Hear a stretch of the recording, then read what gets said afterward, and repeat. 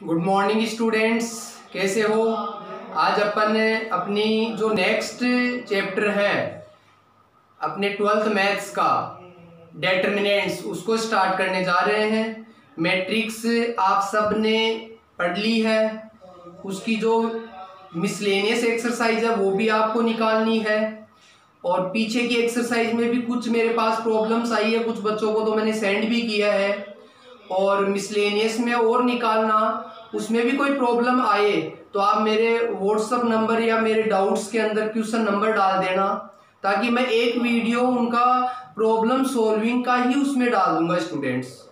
तो अब आगे कंटिन्यू करते हैं। अपन अगला चैप्टर है अपना डेटर्मिनेंट्स। तो डेटर्मिनेंट्स देखो क्या होता है कि जैसे डेटर्मिनेंट्स जो लीनियर इक्वेशंस होती है उनको सॉल्व करने के लिए डेटर्मिनेंट्स बनाया गया है।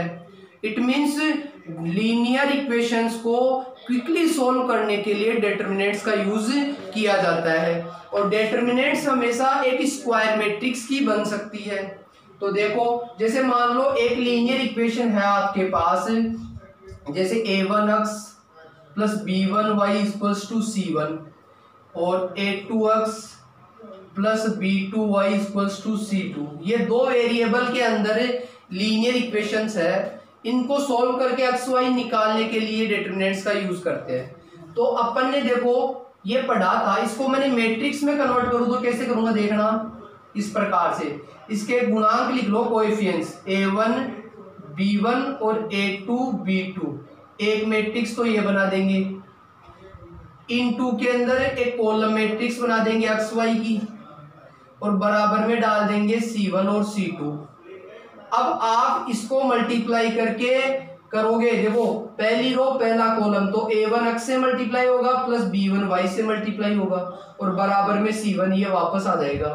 फिर a2x प्लस b2y बराबर c2 हो जाएगा, क्योंकि फिर दो मैट्रिक्स इक्वल है तो कॉरेस्पॉन्डिंग एलिमेंट्स इक्वल हो जाते हैं। तो इस लीनियर इक्वेशंस दोनों को मैं इस प्रकार से मैं मैट्रिक्स फॉर्म में लिख सकता हूं। अब देखो भी स्टूडेंट्स, जैसे मैं इसको ए मैट्रिक्स मान लूं, इसको x मान लूं, इसको मान लो बी मैट्रिक्स मान लूं। तो अब बात करें कि डेटर्मिनेंट्स की, तो जो डेटर्मिनेंट्स होता है वो इसका यूनिक सॉल्यूशन होता है। जैसे दो लीनियर इक्वेशन का अपन ने यूनिक सॉल्यूशन पढ़ा होगा 10th में, वो क्या होता था a1 upon a2 not equal b1 upon b2, कि x के कोएफिशिएंट्स का रेशियो और y के कोएफिशिएंट्स का रेशियो कभी इक्वल नहीं होता है। ऐसी कंडीशन आ जाए तो यूनिक सॉल्यूशन रखती है क्या, लीनियर इक्वेशंस, यानी x और y की वैल्यू यूनिक सॉल्यूशन आएगा, एक एक सॉल्यूशन ही प्राप्त होगा। तो यहां से अपन सोल्व करें तो a1 तो क्रॉस मल्टीप्लाई हो जाएगा b2 से और इधर a2 हो जाएगा b1 से, और एक तरफ लाओगे तो a1 b2 minus a2 b1 not equal 0।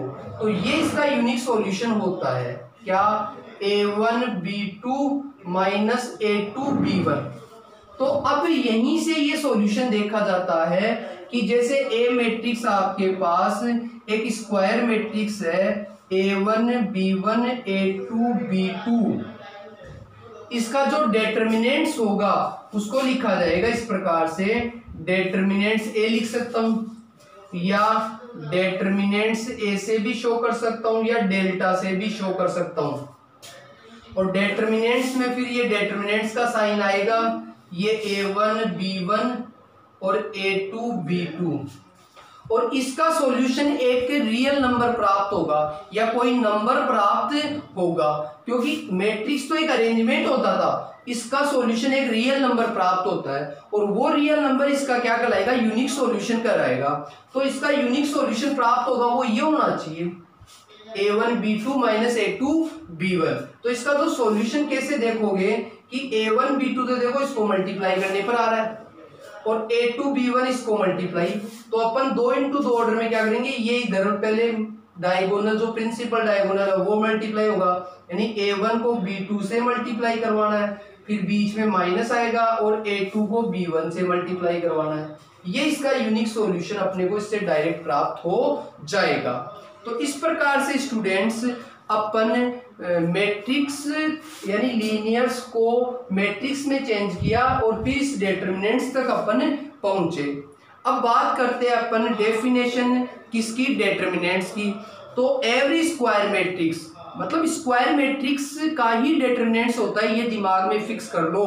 Rectangular matrix का कोई डिटरमिनेंट्स नहीं होता है। Every square matrix can be associated to an expression और a number which is known as its determinant. यानी प्रत्येक जो स्क्वायर मैट्रिक्स है उसको अपन किस में एक्सप्रेस कर सकते हैं, डिटरमिनेंट्स में एक्सप्रेस कर सकते हैं, रिप्रेजेंट कर सकते हैं।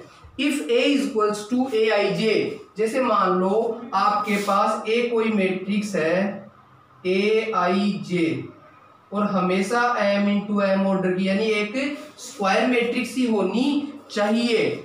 Is a square matrix of order m then determinants of A is denoted by. यदि ये एक स्क्वायर मैट्रिक्स है देन जो डिटरमिनेंट शो होता है वो होता है या तो डेल्टा, या फिर मैं डिटरमिनेंट्स ए बोल सकता हूं, या फिर मैं डिटरमिनेंट्स ए ऐसे भी बोल सकता हूं। ये अभी बताया था मैंने। ये जो होगा ये डिटरमिनेंट्स ए आई जे कहलाएगा। ये डिटरमिनेंट्स मैट्रिक्स की जगह डिटरमिनेंट्स का साइन आ जाएगा, बाकी वैसा का वैसा आपको दिखाई देगा। तो इस प्रकार से स्टूडेंट्स ये डिटरमिनेंट्स को अपन रिप्रेजेंट करते हैं। आगे अपन बात करें वैल्यू ऑफ डिटरमिनेंट्स कि डिटरमिनेंट्स की वैल्यू कैसे निकाली जाती है। तो अभी एक वैल्यू तो अपन ने अभी अभी निकाली है 2 इंटू 2 ऑर्डर की, लेकिन अपन बात करते हैं क्योंकि किसी भी ऑर्डर का आ सकता है डिटरमिनेंट्स, तो सभी की चर्चा करेंगे अपन। तो सबसे पहले चर्चा कर रहे हैं अपन determinant of a matrix of order 1 की वैल्यू अपन निकाल रहे हैं। देखो वैल्यू ऑफ डिटरमिनेंट्स, वैल्यू कैसे निकालेंगे स्टूडेंट्स। तो उसके लिए सबसे पहले फर्स्ट ऑर्डर की बात करें, पहले ऑर्डर की, कि अपने पास कैसा ऑर्डर दिया हुआ हो 1 ऑर्डर। सबसे पहले ऑर्डर 1 की बात करते हैं, ऑर्डर 1 की बात करते हैं सबसे पहले।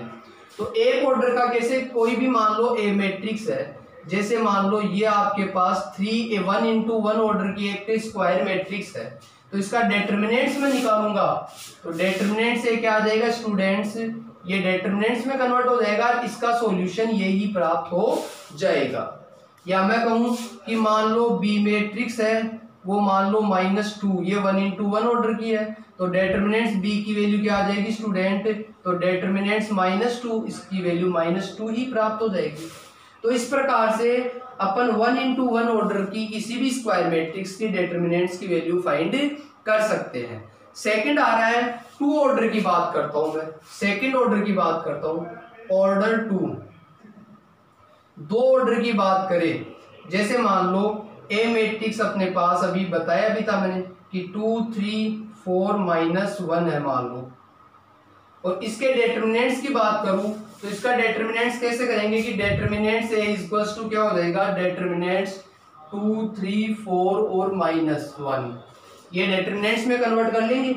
अब इसका सॉल्यूशन अभी बताया था कि ये तो इससे मल्टीप्लाई करवाएंगे, तो 2 को तो -1 से किया तो -2 आ जाएगा, फिर बीच में माइनस आता है, फिर ये इससे मल्टीप्लाई कराओगे तो 4 3 जा 12, तो इसका जो फाइनल आंसर आ गया वो -14, ये डिटरमिनेंट ए की वैल्यू प्राप्त हो जाएगी। तो इस प्रकार से अभी बताया भी था कि ए कोई मैट्रिक्स है, मान लो A1 B1 और A2 B2, फिर इसका डिटरमिनेंट से निकालना हो तो determinants A1 B1 A2 B2, और इसका सॉल्यूशन क्या बताया था, A1 B2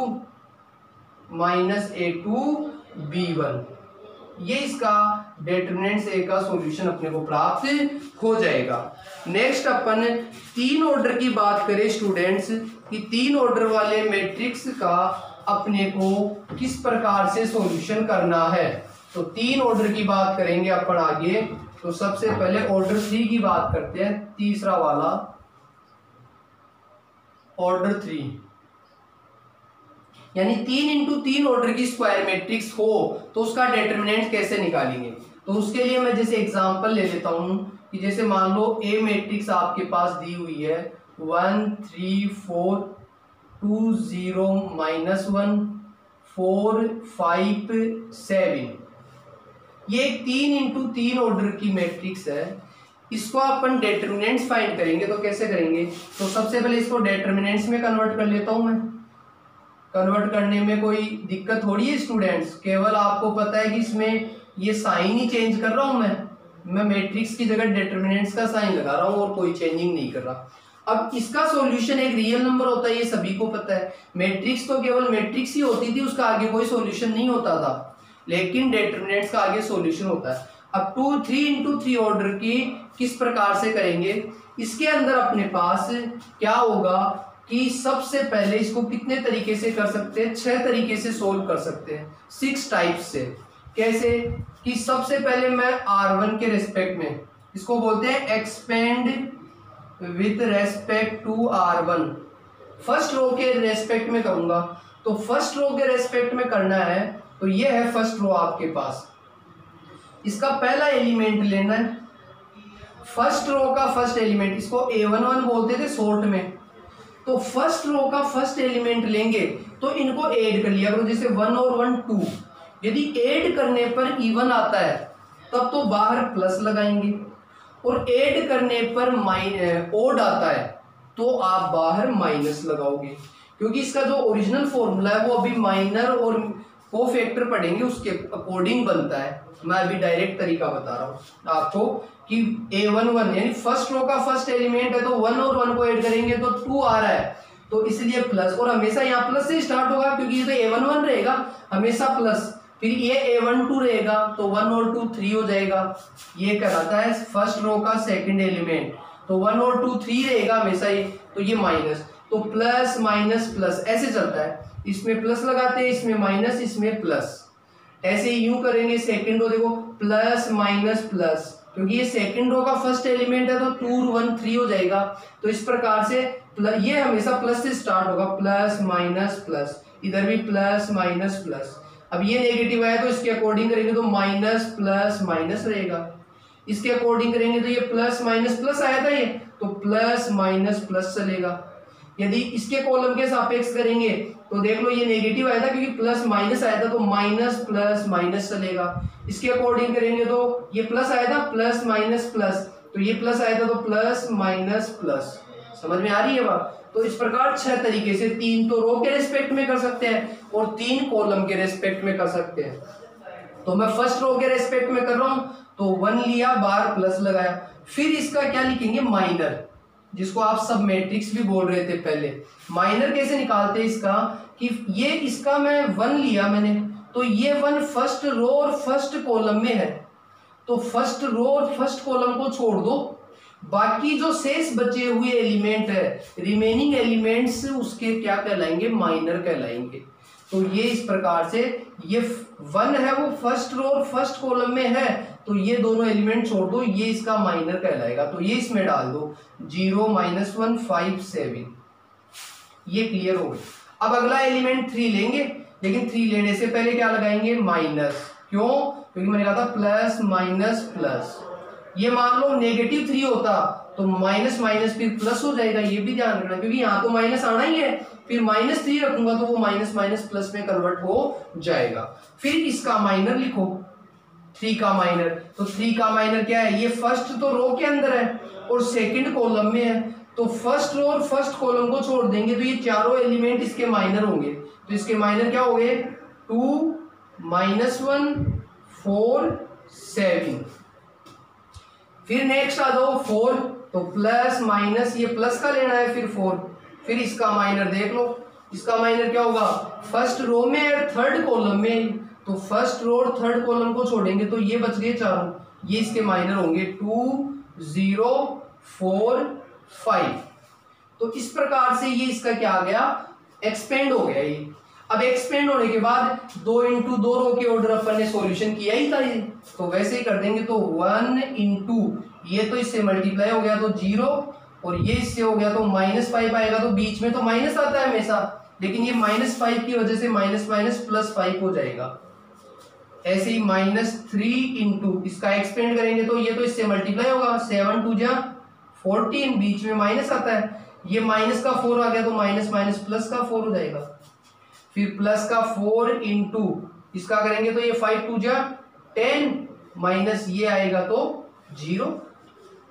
तो इसका जो फाइनल आंसर आ गया वो क्या आ गया स्टूडेंट, ये तो 5 1 जा 5 हो गया, ये 18 18 3 जा 54, फिर प्लस 10 4 जा 40, और अपना जो फाइनल आंसर आ गया वो क्या आ गया, देखो 40 में 5 ऐड करोगे तो 45 माइनस 54, तो इसका जो फाइनल आंसर आ गया वो कितना आ गया, माइनस का 9 आ गया क्या, तो ये इसका फाइनल आंसर आ जाएगा। तो इस प्रकार 3 इंटू 3 ऑर्डर का अपन क्या कर सकते हैं, सॉल्यूशन कर सकते हैं। अब इसी को मैं दूसरे, जैसे मैंने फर्स्ट रो के रेस्पेक्ट में किया, मैं चाहता तो सेकंड रो के रेस्पेक्ट में भी कर सकता था, मैं चाहता तो थर्ड रो के रेस्पेक्ट में भी कर सकता था, मैं चाहता तो फर्स्ट कॉलम या सेकंड कॉलम या थर्ड कॉलम, जैसे इसी को मैं दूसरे तरीके से बताता हूँ। इसी को मैं स्टूडेंट्स अब सेकंड रो के रेस्पेक्ट में करना स्टार्ट करूंगा, तो expand with respect to R2 second row के रेस्पेक्ट में करूंगा। अब फर्स्ट रो के रेस्पेक्ट में न करके सेकंड रो के रेस्पेक्ट में करूंगा। तो आपको पता है कि पहला लेंगे तो प्लस माइनस से स्टार्ट करूंगा, मैं पहले माइनस लगाऊंगा, फिर 2, फिर इसका माइनर लेना है मेरे को। तो इसका माइनर क्या हो गया, देखो ये सेकंड रो के अंदर है, फर्स्ट कॉलम में है, तो इसको तो हटा देता हूं मैं। अब देखो इस रो में, इस रो के अंदर है तो ये छूट गया, ये हटा दो तो 3 4 5 7 बच गया, 3 4 5 7। उसके बाद फिर 0 लूंगा तो माइनस प्लस 0 हो गया, और इसके इनटू में अब 0 का फायदा ये है स्टूडेंट्स कि जैसे 0 आते हैं, अब अंदर कुछ भी आओ इसका मल्टीप्लिकेशन 0 हो जाएगा। वैसे लेंगे तो ये सेकंड कॉलम में, फर्स्ट रो में ये चारों कोनों वाले स्टार्ट बच गए, 1 4 और 5 7, और लास्ट का फिर माइनस आएगा, फिर ये -1 लूंगा, और इसका माइनर क्या हो गया स्टूडेंट्स, ये थर्ड कॉलम में है, सेकंड रो के अंदर है, ये और ये छोड़ दूंगा तो ये चारों बच गए, 1 3 और 4 5। तो अब देख लो स्टूडेंट, ये बन गया अपना -2 इंटू, इसका एक्सपेंड करोगे तो 7 3 जा 21, 5 4 जा 20, और ये 0 की वजह से आपको पता है, चलो लिख तो लेते हैं एक बार, ये 7 1 जा 7 -20, और लास्ट वाला माइनस माइनस ये +1 हो जाएगा, और ये 5 1 जा 5 और 4 3 जा 12। पहले हमेशा यही मल्टीप्लाई करना है, वो नहीं करना है। तो ये देखो -2 इंटू कितना हो गया, ये 1 बच गया, तो -2 इंटू 1 -2 ही प्राप्त हो गया। इधर ये 0 हो ही जाएगा पूरा, और इधर ये 5 -12 में कितना बच गया, -7। -7 को +1 से मल्टीप्लाई करोगे तो -7 आ गया, तो इसका फाइनल आंसर क्या आ गया, -9। तो देखो आंसर वो का वो आ रहा है कि नहीं आ रहा है स्टूडेंट, बिल्कुल वो का वो आ रहा है। तो इस प्रकार से आप 3 इंटू 3 ऑर्डर वाले डिटरमिनेंट्स को सॉल्व कर सकते हैं। नेक्स्ट देखो स्टूडेंट्स, जो थर्ड ऑर्डर के अपन ने डिटरमिनेंट्स अभी सॉल्व किए हैं, उसको सॉल्व करने का एक मेथड और है जिसको बोलते हैं सारस डायग्राम। एक तो एक्सपेंड के द्वारा कर लिया, एक सारस डायग्राम। सारस डायग्राम कैसे बनाते हैं, देखो स्टूडेंट्स कि जैसे मान लो ये 3 ऑर्डर की मेरे पास, जैसे A1 B1 C1, A2 B2 C2, A3 B3 C3, ये एक डिटरमिनेंट्स है, मान लो A डिटरमिनेंट्स है मेरे पास।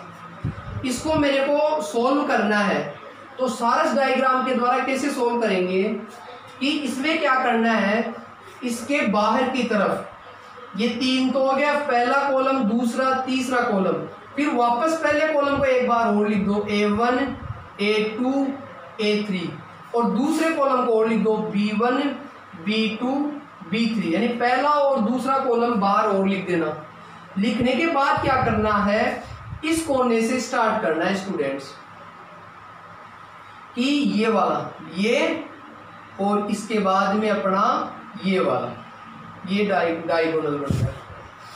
सबसे पहले ये डायगोनल, इनको क्या करना है, तीनों को मल्टीप्लाई करना है, यानी A1 B2 C2 को, C3 है सॉरी, C3 को, इन तीनों को मल्टीप्लाई करना है, फिर उसको ऐड करना है, प्लस करना है, फिर इसको ये और ये, यानी B1 C2 A3 को मल्टीप्लाई करना है, फिर इसको ये और ये, यानी फिर ऐड करना है, C1 A2 और B3 यहाँ वैल्यूज होगी वो मल्टीप्लाई करनी है। इन तीनों को मल्टीप्लाई करके ऐड कर देना है, आगे लेना नहीं, इस कोने से लेकर फिर इस कोने पे ऐड कर देना है। फिर ऐसे ही इधर से लेना है, फिर माइनस करना है इसमें से क्या, इधर वाला ये डायगोनल, ये वाला और ये वाला। एक तो ये मल्टीप्लाई करना है A3B2C1, A3B2C1, फिर इसको ऐड करना है, फिर इस वाले को, इसको और इसको B3C2A1, B3C2A1, फिर इस वाले को लेना है ये और ये C3A2B1, C3A2B1, यानी इन तीनों को मल्टीप्लाई करके ऐड कर देना है, फिर बीच में माइनस, फिर इन तीनों को मल्टीप्लाई करके ऐड कर देना है। इसका जो रिजल्ट आएगा वो अपना वही आएगा जो पहले आया था। समझ में आ गया सारस डायग्राम। जैसे फॉर एग्जांपल अपन लेते हैं, जैसे मान लो एक ए डिटरमिनेंट्स में ले रहा हूं 1 3 -2 4 4 0 5 -3 2 और 7 ले लेता हूँ। इसको सॉल्व करना है सारस डायग्राम के द्वारा। हालांकि क्वेश्चन में कुछ लिखा हुआ नहीं होगा, आप दोनों तरीके में से किसी से भी सॉल्व कर सकते हो। तो इसमें वही बात करनी है, पहला कॉलम बाहर लिख देना है 1 4 -3, फिर दूसरा कॉलम 3 8 2, उसके बाद पहले ये डायगोनल लेना है ये वाला, इन तीनों को मल्टीप्लाई करवा दो 56 आ गया, फिर प्लस, फिर इन तीनों को मल्टीप्लाई करवा दो 5 3 जा 15 15 3 जा 45, रे माइनस का आएगा 45, तो हालांकि प्लस माइनस या माइनस कर देता हूँ या ब्रैकेट में कर दो माइनस का 45, फिर प्लस करेंगे, फिर इन तीनों को मल्टीप्लाई कर दो 8 8 2 जा 16, रे माइनस का 16 आ जाएगा। ये तो इधर वाला हो गया आपका ये वाला, फिर माइनस करेंगे इसमें से इसको इस वाले को, ये वाला डायगोनल इधर 8 3 जा 24 24 2 जा 48 और माइनस माइनस प्लस का ही हो जाएगा, ये तो ये 48 आ गया, फिर प्लस, फिर इसको मल्टीप्लाई करेंगे 5 2 जा 10 10 1 जा 10 आ गया, फिर प्लस, फिर इसको मल्टीप्लाई करेंगे 7 4 जा 28 और 28 3 जा कितना हो गया 24 और 6 और 2 8 84 प्लस का आ गया। अब क्या करेंगे, जैसे ये तो 56 हो गया, ये माइनस माइनस के ऐड हो जाएंगे तो माइनस का कितना हो गया, ये 11 5 और 1 6 61, इधर कितना हो गया स्टूडेंट्स, ये प्लस के ऐड हो जाएंगे 4 और 8 12 हो गया, 8 और 1 9 और 4 13 13 और 1 14। अब इसको माइनस कर देंगे तो मेरा आंसर क्या आ गया, इसमें से देख लो 6 और 5 11, माइनस का 5 तो ये बच गया और माइनस का ये 142, तो आंसर मेरा क्या आ जाएगा माइनस का 147। और इसको आप पहले की तरह करोगे एक्सपेंड करके तो भी मेरा आंसर यही आएगा। तो इस प्रकार से सारस डायग्राम के द्वारा भी अपन इसको सॉल्व कर सकते हैं। नेक्स्ट टॉपिक है difference between matrix and determinants, कि मैट्रिक्स और डिटरमिनेंट्स में क्या डिफरेंस है। तो पहला डिफरेंस मैं पढ़ रहा हूँ, matrix does not have any value whereas determinants has a numerical value. Matrix का कोई सॉल्यूशन नंबर नहीं होता था, मतलब कोई जो रिजल्ट है वो कोई वैल्यू नहीं होती थी। आपको पता है मैट्रिक्स एक अरेंजमेंट होता था, जबकि डिटरमिनेंट्स को अपन ने सॉल्व किया है तो उसका एक रियल वैल्यू अपने को लास्ट में आंसर में प्राप्त हुई है। दूसरा डिफरेंस है matrix is of any order whereas determinants is of order m into n only, कि मैट्रिक्स है वो किसी की ऑर्डर भी हो सकती है, रेक्टेंगुलर भी हो सकती है, स्क्वायर भी हो सकती है, लेकिन डिटरमिनेंट्स हमेशा एक स्क्वायर ही होती है, यानी m into m ऑर्डर की ही होती है। थर्ड डिफरेंस क्या है, the value of the determinant remains unchanged if its rows and column are interchange, कि डिटर्मिनेंट्स की वैल्यू अनचेंज रहती है जब उसकी रोज को कॉलम में इंटरचेंज कर दिया जाए। जबकि मैट्रिक्स में यदि रोज और कॉलम को इंटरचेंज करते थे तो ए से ए डैश प्राप्त होता था, याद हो तो ए का ट्रांसपोज निकाल दिया जाता था, और ये दोनों इक्वल होते थे क्या? बिल्कुल नहीं होते थे, क्योंकि उसका अलग अरेंजमेंट हो जाता था। जबकि डिटर्मिनेंट्स में मैं कहूँ, जैसे मान लो ए डिटर्मिनेंट्स मेरे पास है 2 3 - 2 4, इसको सॉल्यूशन करेंगे तो 4 2 जा 8 और ये माइनस का 6 कितना आ गया? 8 + 6 14। अब मैं इसका क्या करता हूँ, इसके ट्रांसपोज का डिटर्मिनेंट्स करता हूँ। ट्रांसपोज का मतलब रो को कॉलम में चेंज कर रहा हूँ मैं, फर्स्ट रो को फर्स्ट कॉलम में, सेकंड रो को सेकंड कॉलम में। अब इसको सोल्व करते हैं तो वही 4 2 जा 8 आ गया और माइनस का 6 आ गया, माइनस माइनस प्लस तो 14 आ गया। कोई फर्क पड़ा क्या स्टूडेंट्स? नहीं पड़ा।